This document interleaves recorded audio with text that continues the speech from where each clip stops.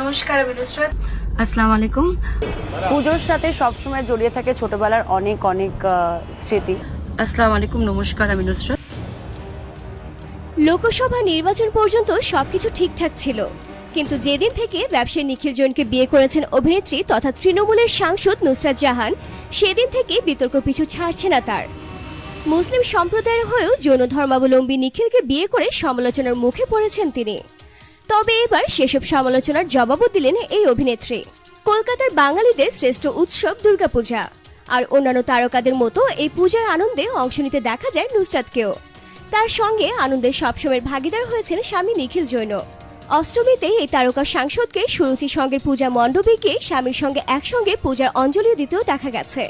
Social মিডিয়ার সৌজন্যে চতুর্থী, পঞ্চমী, ষষ্ঠী থেকে শুরু করে দশমী পর্যন্ত বিভিন্ন লুকে স্বামী নিখিল জৈনের সঙ্গে ছবি তুলেছেন ভক্তরা। শুধু তাই নয়, একজন